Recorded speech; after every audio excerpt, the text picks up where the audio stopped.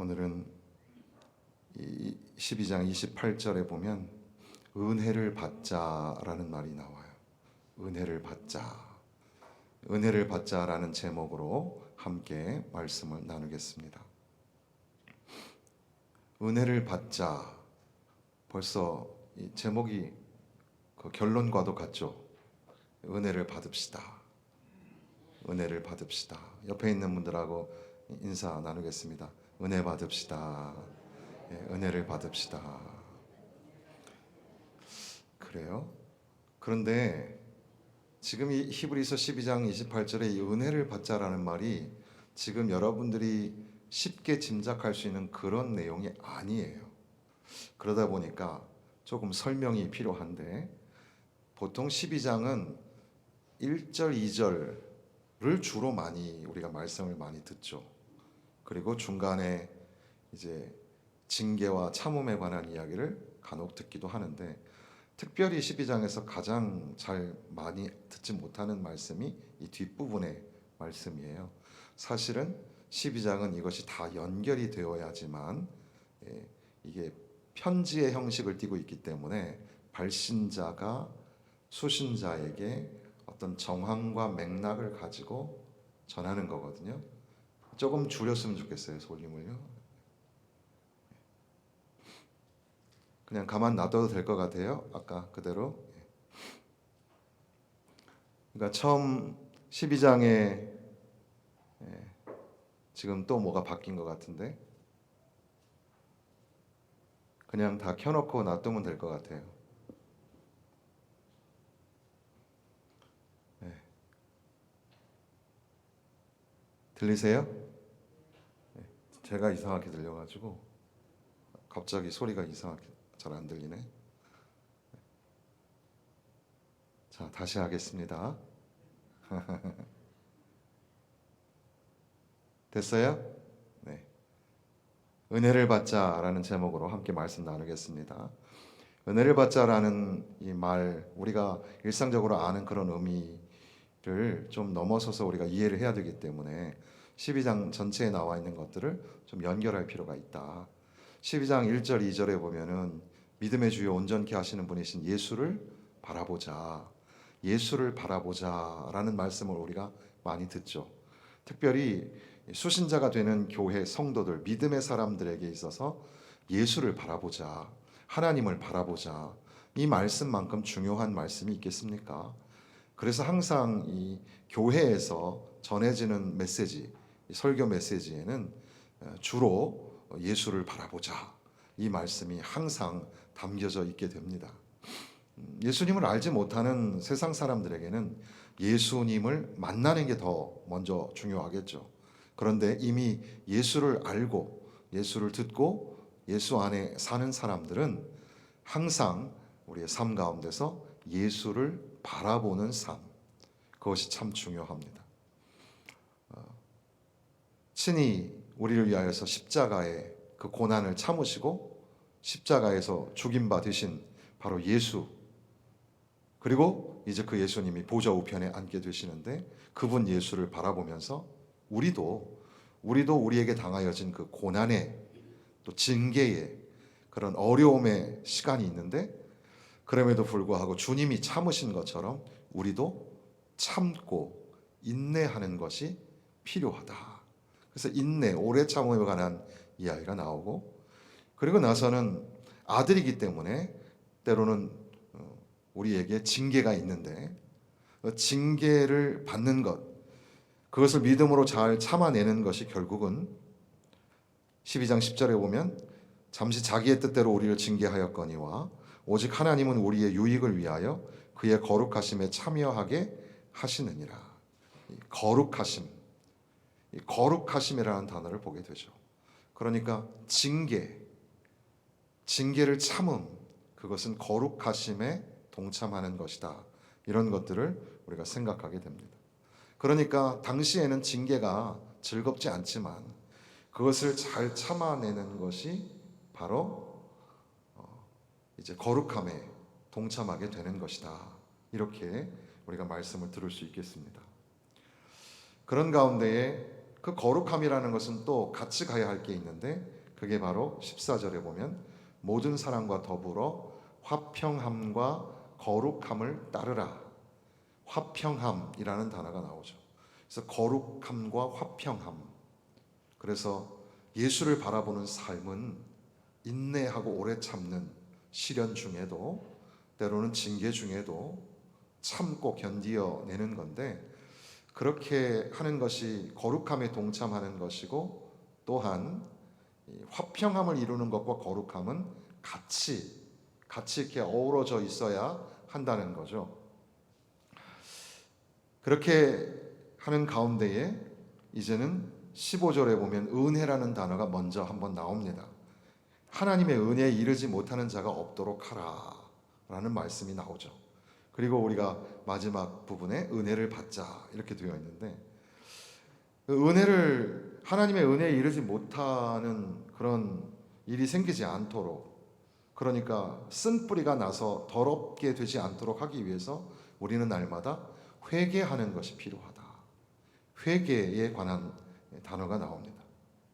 그리고 이제 18절부터는 이제 하늘과 땅이 진동하고 하나님의 총회, 하나님의 교회와 천군 천사들의 그림이 그려지는 가운데에 이제는 하늘도 진동하고 땅도 진동하는 그 가운데에 너희도 이제 하나님 앞에 28절에 보면은 경건함과 두려움으로 하나님을 기쁘시게 섬길지니 그랬죠.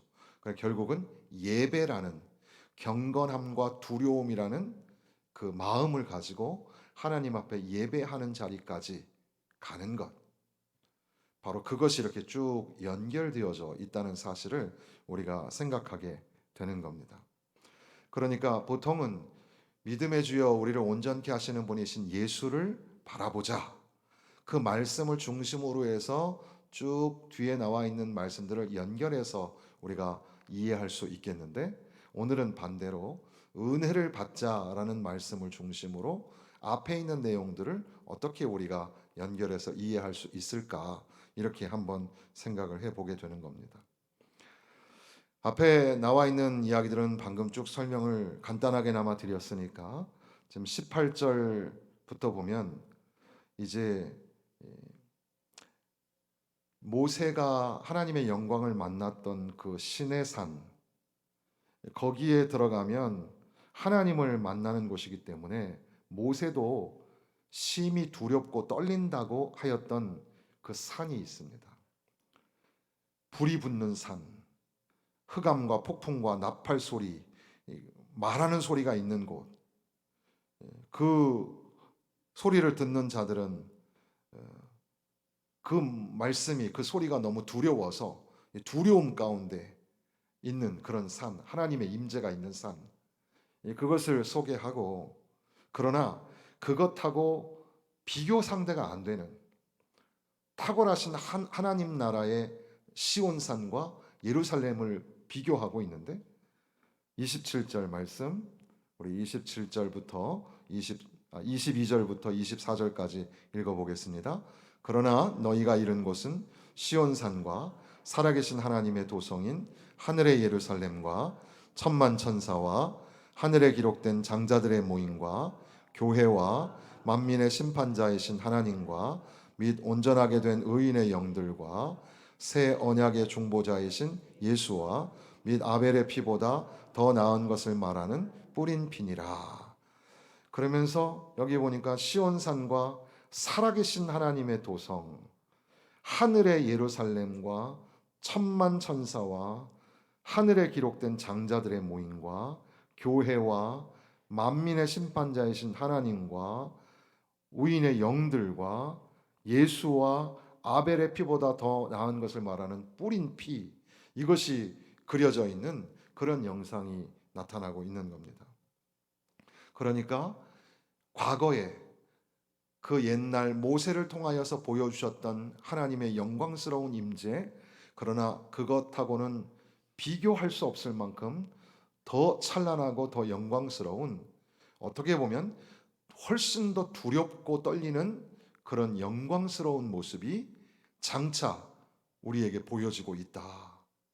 그러니까 우리가 하나님의 은혜 받은 사람으로서 하나님의 은혜를 누리면서 은혜 중에 살고 또 하나님의 은혜를 늘 묵상하면서 살아갈 것을 말씀하시는 거죠. 그런데 사실 이 은혜를 받자라는 말이 우리가 어떤 그 하나님이 주시는 그런 축복 그런 것들을 받는 걸 우리가 은혜 받는다 이렇게 하기 쉬운데 여기 있는 은혜를 받자라는 말은 사실은 그 원래 헬라어 의미적으로 보면 감사를 하자 이런 말이에요. 그러니까 많은 학자들이 이 번역은 은혜를 받자라고 하는 것보다 감사를 하자라고 하는 것이 맞다는 거예요. 그 문자적으로도 그렇고 맥락으로도 그렇다는 거죠. 그런데 왜 이게 은혜라는 말로 써 있는지 우리가 잘 알 수는 없지만 그러니까 저는 개인적으로 묵상하면서 은혜를 받는 것과 감사를 드리는 것에 연관성이 있다고 저는 생각을 합니다. 하나님의 은혜를 받는 사람, 하나님의 은혜를 빼앗기지 않고 누리는 사람, 그런 사람의 삶의 특징이 뭐냐 하면 감사가 있는 삶이라는 거죠. 뭐냐 하면 그 모세의 영광스러운 임재, 하나님의 임재의 그 산과는 비교할 수 없는 땅이 진동하고 하늘이 진동하는 그리고 장자들의 모임과 교회와 만민의 심판자이신 하나님과 온전하게 하시는 그 의인의 영들과 언약의 중보자가 되시는 예수와 아벨의 뿌린 피와 이런 것들로 보여지는 영광스러운 그 모습은 정말 비교할 수 없을 만큼 아름다운 그런 이 소망의 나라, 장래의 영광이 있기 때문에 우리는 늘 이 땅에서 하나님의 은혜를 누리며 사는데 그 나라를 생각할 때마다 우리는 하나님 앞에 하나님 감사합니다. 하나님 감사합니다. 이렇게 감사를 드리는 삶이 된다는 거죠. 물론 이제 12장 1절의 말씀으로 이렇게 연결을 해보면 우리가 믿음의 경주를 하면서 믿음의 주여 우리를 온전하게 하시는 분이신 예수를 바라본다. 예수를 바라보고 믿음의 경주를 할 때 우리 안에 오래 참음이 있어야 하는 것처럼 우리 안에 은혜를 누리고 은혜를 받기 위하여 우리의 삶 가운데 감사가 있어야 한다는 사실이죠. 감사가 넘치는 사람, 바로 그 사람이 은혜를 많이 받고 은혜를 누리는 사람이에요. 그러니까 내 삶 가운데 감사가 있는가 없는가를 잘 살펴보면 돼요. 감사하지 않는 사람, 반대로 불평하는 사람은 은혜를 누리지 못하는 사람, 은혜를 빼앗기거나 은혜 없는 사람이 될 수 있죠. 그래서 하나님 앞에 감사하는 삶을 살아야 되겠는데 그러기 위해서는 예수를 바라보아야 하고 예수를 통해서 우리가 얻고 누리게 되는 하나님의 나라, 하나님의 영광스러운 임재를 우리가 생각하게 되는 겁니다. 그런데 지금 여기 18절부터 쭉 나와 있는 그런 말씀을 보면 산이 흔들리고 하늘이 흔들리고 그래서 그 말씀을 이제 26절, 27절로 가서는 그때에는 그 소리가 땅을 진동하였거니와 이제는 약속하여 계시되 내가 또 한 번 땅만 아니라 하늘도 진동하리라 하셨느니라. 이 또 한 번이라 하심은 진동하지 않은 것을 영존하게 하기 위하여 진동할 것들 곧 만드신 것들이 변동될 것을 나타내심이라. 이렇게 말씀하셨어요. 이 말씀의 의미가 정확하게 우리가 알 수는 없지만 힌트가 있는데 그게 바로 우리가 학개서를 지금 수요일 날 우리 목사님을 통해서 듣고 있잖아요. 학개서 지난 주간에 우리가 2장을 읽었는데 2장의 6절에 보면 바로 이 말씀이 있어요. 그러니까 하늘과 땅에 진동이 있다는 말씀이 있어요. 다 잊어버리셨겠지만 기억 한번 해보면 지금 너희의 모습이 초라하지 않느냐 그걸 돌아보게 하셨잖아요. 그리고 나서 장차 영광이 훨씬 더 클 거다라는 말씀을 주셨단 말이에요. 그래서 그때에 하나님께서 하늘과 땅을 진동하시는데 그 진동하심은 하나님이 이 땅을 심판하시고 새롭게 하신다는 그런 맥락으로 우리는 선지서를 읽게 되는데, 그런데 이제 히브리서 기자는 그 학개서의 말씀을, 그러니까 이 말씀을 듣는 사람들은 이미 학개 선지자가 예전에 했던 말씀인 것을 알 수 있겠죠. 그런데 그 말씀을 아주 창조적으로 특별하게 다시 적용하여서 이렇게 말씀을 하시는데, 그래서 정확하게 그 구절이 학개서 2장 6절하고 똑같지 않고 살짝씩 바뀌어 있어요. 그러면서 그 의미가 주는 것은 결국은 뭐냐 하면, 과거의 그 심판으로 나타나는 그 하늘과 땅의 진동이 그게 끝이 아니라, 그것은 예수 그리스도를 통하여 우리에게 보여주시는, 저와 여러분 오늘 우리에게 보여주시는 영상이라는 사실입니다. 그러면서 우리 모두가 다 하늘과 땅이 또 한 번 진동하게 되는 것을 보게 된다는 겁니다. 모든 하늘과 땅이, 하나님이 창조하시고 만드신 그 땅이 움직이고 진동하면서 그렇게 하나님의 임재를 나타나게 되는데, 과거의 그 구약의 시대에는 그것이 희미한 바 되었지만, 이제 우리에게는 예수 그리스도로 말미암아 구체적으로 선명하게, 더욱더 강력하게 하나님의 영광이 우리에게 나타나게 되었다. 그런 차원에서 하늘과 땅이 진동하고, 이 진동하는 이것은 그저 끝난 게 아니라 계속해서 오늘 예수님을 만난 오늘 우리가 경험하는, 여기서 끝나는 게 아니라 주님 다시 오실 그날까지 그렇게 하나님께서 진동하시고 역사하시는 것을 이 말씀을 통해서 우리에게 보여주시면서, 그러니까 그러한 장래의 영광, 이전의 영광하고 비교할 수 없는 찬란한 영광이 임하여지고, 그리고 구약의 그 예언의 성취가 예수 그리스도를 통하여서 완전하게 성취되어지는 과정 속에서 너희들은 은혜를 받은 사람으로, 은혜를 누리는 사람으로 살게 되었다. 그러니까 감사하는 삶을 살자, 이렇게 말씀하시는 겁니다. 그런데 그러면서 우리가 하나 더 생각해야 될 것은 뭐냐 하면,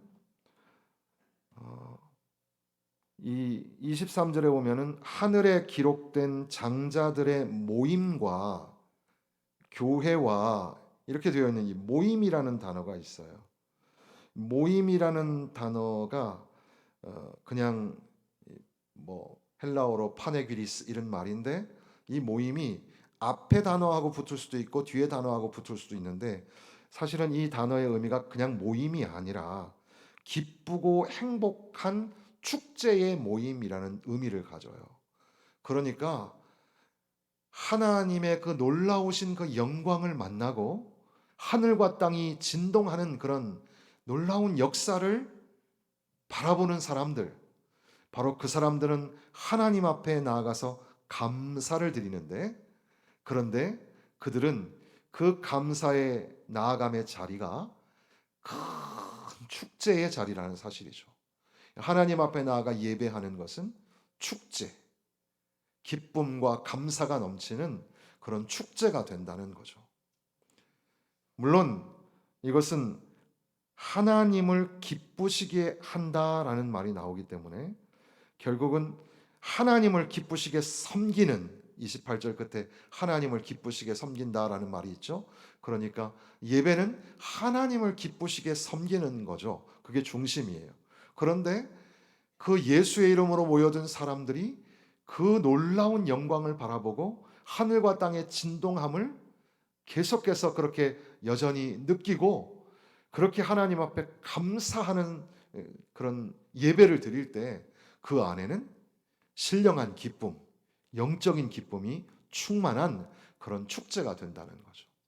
그러니까 예배는 힘들고 어려운 게 아니라 그 영광을 바라보는 가운데에, 예수님을 보는 가운데에 그 신령한 기쁨을 누리고 기쁨과 행복의 축제를 경험하는 시간이 된다는 겁니다. 그렇기 때문에 하나님 앞에 감사가 생기죠. 감사를 하자. 그러니까 은혜를 받자라는 말은 감사를 하자라는 말로 우리가 함께 읽어내고 있습니다. 물론 모세가 그 산이 막 진동하고 그리고 거기에서 막 하나님의 임재가 나타날 때에 심히 두렵고 떨린다라고 고백한 것처럼 이제 28절에도 보니까 경건함과 두려움으로 하나님을 기쁘시게 섬길지니 그랬습니다. 경건함을 가지고 두려움을 가지고 섬겨야 합니다. 섬기는 것은 예배라고 할 수 있겠는데 우리가 하나님 앞에 나아갈 때는 기쁘고 즐겁고 신나는 축제라고 해서 우리 인간들이 놀고 있는 그런 파티가 아니라 하나님의 영광스러움을 목도하는 자리이기 때문에 당연히 경건함을 가지고 두려움을 가지고 하나님 앞에 나아가야 하는 겁니다. 왜냐하면 하나님은 소멸하는 불이시라 그랬습니다. 이 불의 이미지는 당연히 그 무서운 심판과 관련이 있습니다. 그러니까 불로써 예루살렘이 멸망을 당하기도 하고 또 불로써 온 세상이 멸망을 할 그 예언을 선지자들을 통하여 보여주시잖아요. 그것은 하나님은 다 무너뜨리고 멸망시키시는 분이란 뜻이 아니라 하나님은 세상의 창조자이시며 동시에 하나님은 모든 만물을 다스리고 심판하시는 분이시라는 뜻이에요. 그러니까 그렇게 소멸하는 분이신 하나님을 목도하게 될 때에 우리가 감히 어떻게 정말 경박한 모습으로 예배를 드릴 수 있겠습니까? 그러니까 하나님 존전에 나아갈 때는 경건함을 가지고 두려움을 가지고 나아가야 합니다. 그러니까 인간적인 우리 안에 있는 교만함을 무너뜨려야 돼요. 목회자들도 성도들도 직분자들도 청년들도 아이들도 우리 모두 하나님 앞에 예배할 때는 자기의 교만함을 꺾어내고 하나님 앞에 경건하고 두려운 마음으로 나아가야 합니다. 그리고 하나님 앞에 하나님의 임재를 구하고 예수를 바라보는 가운데에 천군 천사의 모임 그리고 모든 정말 하나님의 보좌 앞에 모여든 사람들이 영광스럽게 예배를 드리는 모습 속에 우리도 그 안에 동참하면서 하나님의 은혜를 누리고 하나님 앞에 감사를 올려드리는 삶을 살게 되는 거죠. 그리고 그것을 이제 우리는 이 땅에서 이제 하나님 나라 가서 우리가 누리게 될 그 완성될 하나님의 나라, 그러나 여전히 진행 중인 하나님의 나라 이 땅에 살면서 우리는 날마다 은혜를 받읍시다. 이렇게 서로 나눈 것처럼 날마다 하나님 앞에 감사를 드리면서 예수를 바라보면서 믿음으로 한 걸음씩 한 걸음씩 기쁘게 살아가야 할 것입니다. 그런데 이 말씀을 우리가 정리할 때 한 가지 더 우리가 잊지 말아야 할 내용이 있는데 그것은 25절 말씀에 보면 25절 말씀 같이 읽어보겠습니다. 너희는 삼가 말씀하신 일을 거역하지 말라. 땅에서 경고하신 일을 거역한 그들이 피하지 못하였거든. 하물며 하늘로부터 경고하신 일을 배반하는 우리일까 보냐. 이 말씀이 아주 중요해요. 우리가 은혜를 받기 위해서 감사에 감사가 더욱 넘치는 삶을 살기 위해서 이 말씀이 아주 중요한데 하나님의 말씀을 거역하지 말아라 하시는 겁니다. 하나님 말씀 거역하지 마세요. 그런데 이게 참 쉬운 것 같으면서도 쉽지가 않아요. 우리 인간은 왜 그런지 하나님 말씀을 거역하고 불순종해요. 우리도 성경 읽으면 희한하잖아요. 왜 이스라엘 백성들은 하나님 말씀을 또 불순종하고 또 거역하고 또 혼나고 그럴까? 아이고, 이야기의 전모를 다 아는 우리는 답답하죠. 그런데 그렇게 자주 기록되어 있는 그 모습은 바로 저와 여러분의 모습이에요. 우리가 하나님의 말씀을 순종하기보다는 거역할 때가 더 많다는 거예요. 나는 그래도 하나님 말씀 순종하는 것 같은데 한번 찬찬히 잘 생각해 보세요. 과연 하나님의 말씀을 순종하고 있는가? 순종 잘하고 계시면 더 순종하며 사시길 바라고, 혹시 거역했던 기억이 이렇게 살짝 올라오면 하나님 잘못했어요, 하나님 말씀 거역하지 않고 살게 해주세요, 이렇게 기도할 수 있기를 바랍니다. 그런데 여기에는 그 강조법이 그거죠. 땅에서 하나님 말씀 거역한 사람들도 살아남지 못하는데, 하늘로부터 하늘의 영광스러운 그 임재와 영광을 목도한 하나님의 백성들, 하늘로부터 소리가 있는데 주의 말씀을 거역하지 마라, 이렇게 말씀하셨는데 그 말씀을 거역하였다? 그러면 용서가 있겠느냐, 이렇게 말씀하시는 거죠.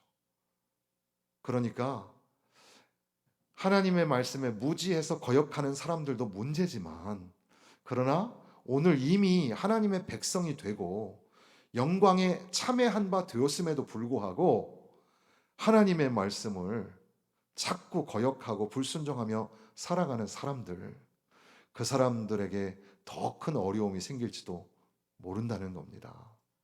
그러니까 이 말씀을 우리가 꼭 잊지 말아야 돼요.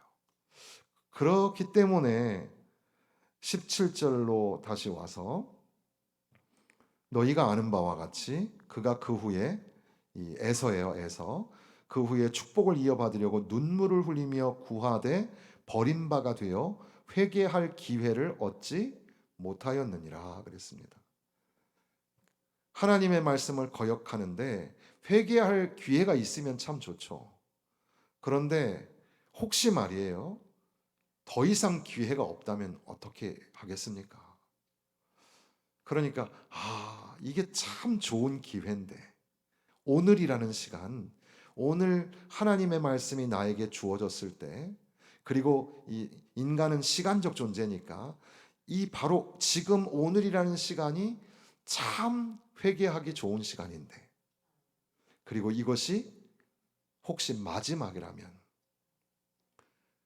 눈물을 흘리고 회개를 해도 그것이 받아들여지지 않는다면 얼마나 불행한 사람이 되겠습니까? 그 사람은 결국 은혜를 빼앗기고 은혜를 누리지 못하는 사람이 되고, 그러니까 그 삶 가운데 하나님의 영광스러운 임재를 만나지 못하고 두렵고 무서운 하나님을 보게 되겠죠. 그러니 그 사람에게 은혜가 있겠습니까? 감사가 있겠습니까? 자, 이제 말씀을 맺으면서 오늘 이 저녁에 우리가 잘 알고 있지만 다시 한번 우리에게 주시는 말씀은, 오늘이라는 삶을 살아갈 때 우리에게 믿음의 본이 되어 주시는 분 예수님을 바라보고 예수님만 바라보면서 믿음의 걸음을 걷자. 히브리서의 수신자들은 예수 믿는 믿음을 지키면 가정과 가문에서 쫓김을 당하고 불이익을 당하고 또 감옥에 가거나 매를 맞거나 죽을 수도 있는 위험천만한 상황이었거든요. 그런 가운데서도 믿음의 주요 우리를 온전하게 하시는 분이신 예수를 바라보자, 이렇게 권하고 있는 말씀, 이것이 또한 오늘 저와 여러분에게 하시는 말씀으로, 오늘이라는 삶을 살 때 예수만 바라보며 때로는 인내하고 때로는 참으며 주의 거룩함에 화평함에 동참하며, 산이 흔들리고 불이 붙고 그것으로 인하여 모세가 놀랬었는데, 그러나 그 모세의 시내산하고는 비교할 수 없는 하나님의 시온산 예루살렘, 하나님 나라의 예루살렘 도성이 비춰지고 거기에 하나님의 보좌가 있고 예수 그리스도가 계시고 또 아벨의 뿌린 피가 있으며 의인의 천군 천사의 기쁨의 그 예배와 축제의 그 자리가 우리에게 있으니, 그러니까 사람 보면서 낙심하거나 세상 보면서 실망하지 말고 예수 바라보면서 믿음의 길 한 걸음씩 한 걸음씩 걸으면서 오늘도 은혜를 붙잡고 오늘도 은혜를 받으며 감사하고 또 감사하며 사시기를 주님의 이름으로 축원합니다.